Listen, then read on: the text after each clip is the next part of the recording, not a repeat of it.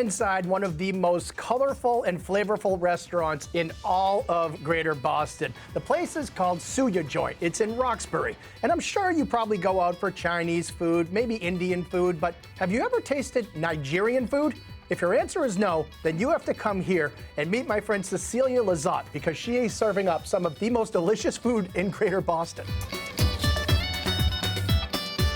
Suya Joint is a West African restaurant, primarily from Nigeria. The Nigerian cuisine is extremely healthy and very, very flavorful. There's a lot of like habanero in it, so if you like spice, heat, this is the place to come.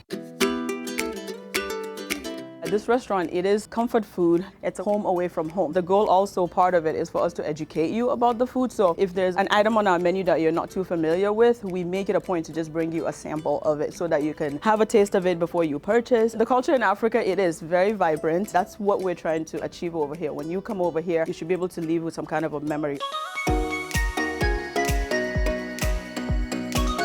The most popular dish at Suya Joint is the Jaloff Rice. Now that is like Nigeria's #1 national rice dish. It's slow cooked with some tomatoes, some onions, some spices. China has fried rice. India has basmati rice. In West Africa, they have the Jaloff Rice. The recipe that we have at Suya Joint, it's like roasted red peppers, onions, curry, thyme, and then it's all cut in together and it's served with your choice of chicken, fish, beef, or goat, and then like a side of plantain. Has this great vibrant reddish orange kind of color. Well, the flavor is spot on. Hint of spice, little nuttiness. It is so good. It's an unforgettable experience. It's like a burst of flavor, right? It's like, oh wow, okay, where has this food been all my life? So that's what we hope that you experience if you take a spoon of jollof rice.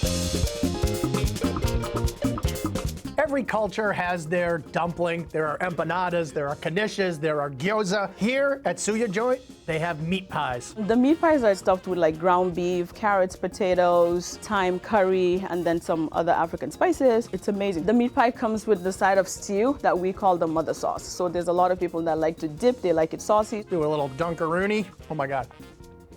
And I'm literally gonna eat this whole bowl of sauce right here. Uh-oh, I'm getting sloppy. Why is it taking me this long to have Nigerian cuisine? This is crazy. This is crazy good. So goat pepper soup, basically, it's a brothy dish, just almost like the chicken noodle soup. It has a lot of meat in it, but then the broth is where all the flavors is. And some of the ingredients, we have this particular African type of nutmeg. You can't even find it over here, so I do travel to Africa to go get it. And it has that habanero pepper as well in it, and then what we call scented leaf, just to also like give it a flavor. Now this is the #1 Nigerian comfort food. It comes out of the kitchen, piping hot. You can smell it from across the restaurant. You can smell it from outside. Apparently, it is very spicy, but very soul satisfying, so I'm gonna try it. And I like spicy food, but she keeps warning me.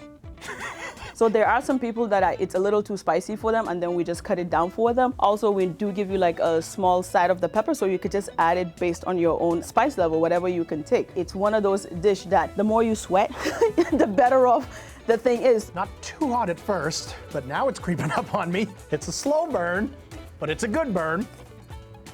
Oh, am I crying?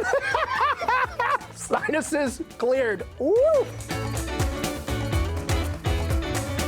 Now, a lot of traditional Nigerian cuisine comes as soups or stews, so this is really a key to Nigerian food, which is fufu. So fufu, it's a doughy type of consistency. You can make it with rice, pounded yam, cassava, and you just get a boiling pot of water. You stir in the flour, and then you just turn it until you get like a smooth consistency. So their fufu recipe has some ground yam and flour, and it actually comes out sort of like mashed potatoes. They wrap it in the cellophane. So you take it out of the wrap, and you're left with this kind of sticky, gluten-y. It's fun to play with, frankly. This is just like, I want to bring my kids here and just have a fufu party. You could just treat it almost like a pita bread, right? So you take a little piece of the dough, you dump it into the sauce, and then you put it in your mouth to get the flavor. This is Fufu 101. Yeah, so you just get your fingers. Yep. And you scoop it. Ah. And you go there. You know how to fufu. Yeah. So if you've never had African food, you've been missing like a lot of different flavors that we put together. If you've never had African food, I think this is the time. Just come over here. We're here to educate and then just give you the best experience that you could possibly get. And we hope that you keep coming back and back again and then spread the word.